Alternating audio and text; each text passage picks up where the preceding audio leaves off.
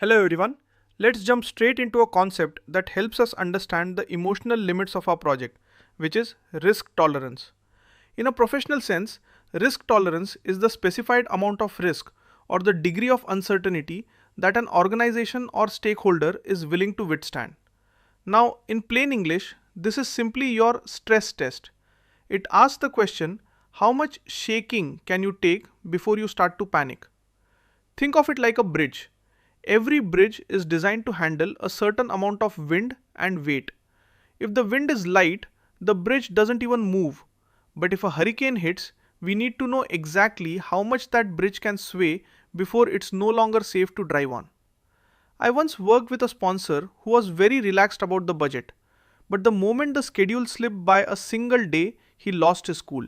His shiver threshold for time was practically zero. Stay with me here because knowing these limits before the wind starts blowing is what makes you a pro.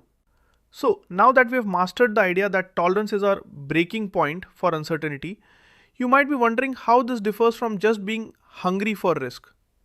Well, that brings us right into our next step, which is the difference between appetite and tolerance. It's a common mistake to use these words interchangeably, but for the RMP exam, we need to be precise. While risk appetite is a broad, high-level statement of how much risk an organization wants to take for a reward, risk tolerance is the actual measurable amount of risk they can endure. To put that in very simple terms, appetite is your ambition, but tolerance is your patience. Let's break this down together. Imagine you are at an all-you-can-eat buffet. Your appetite is huge. You want to eat everything in sight because it looks delicious. But your tolerance is your actual stomach capacity, is the point where you literally can't take another bite without getting sick. You've probably seen this at the office where a company says they want to be innovative, high appetite, but the moment a project loses $1,000, they shut it down, low tolerance. So now that we've mastered the difference between our desires and our endurance, you might be wondering how we categorize people based on these feelings. Well, that brings us right into our next step, which is the 3 basic risk tolerance levels. Now watch how this connects, because every person you meet at work falls into one of 3 buckets: risk averse, risk neutral, or risk seeking. Formally, these are the classifications of a stakeholder's risk attitude based on their tolerance levels. In everyday language, this is just their risk personality. Let's break this down together. A risk-averse person is someone who will pay a premium to avoid uncertainty.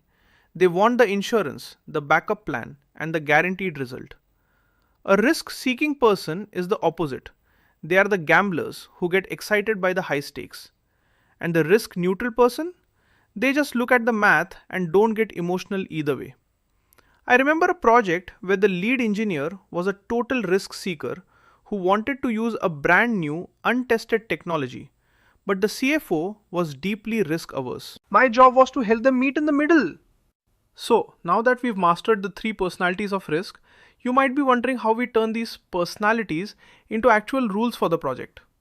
Well, that brings us right into our next step, which is turning tolerance into thresholds. To make these feelings useful, we have to translate them into risk thresholds.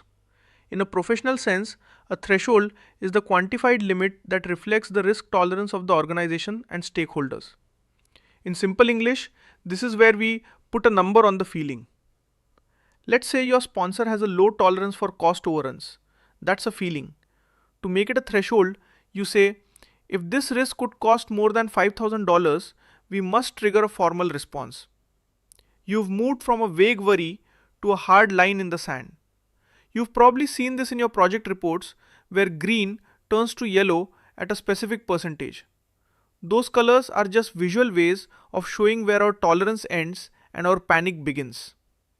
So, now that we've mastered how to draw a hard line using thresholds, you might be wondering if these lines ever move or if they stay the same for the whole project. Well, that brings us right into our next step, which is the dynamic nature of tolerance. Don't worry, we'll take it slow here because tolerance isn't a set it and forget it thing. It actually changes as the project moves along. Formally, risk tolerance can shift based on the project phase, the remaining budget, or even changes in the external market. In plain English, your patience wears thin as you get closer to the finish line. Imagine you're playing a game of Monopoly.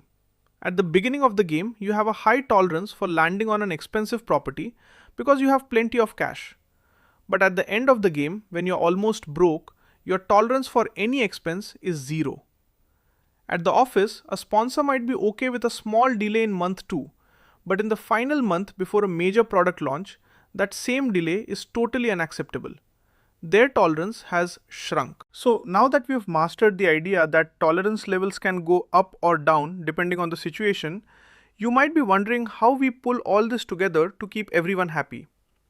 Well, that brings us right into our final step, which is balancing stakeholder tolerances. To wrap this all together, our ultimate job as RMPs is the balancing act. We have to manage a project where the sponsor might be risk averse, the team is risk neutral, and the customer is risk seeking.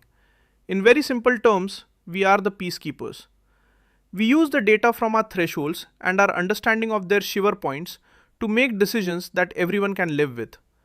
It's like being a DJ at a wedding. You have to play music that the kids, the parents, and the grandparents all enjoy. By clearly defining these tolerance levels early, you avoid those nasty arguments later on when the risk actually occurs. You can point to the plan and say, remember, we agreed this was our limit. And that, my friends, is the essence of risk tolerance levels. It's about knowing the human limits of your project so you can navigate them like a pro. So now that we have mastered the full journey from the bridges sway to the DJ's balance, you are ready to see how this fits into our formal risk management plan. We are going to discuss stakeholder risk attitude in details in next chapter.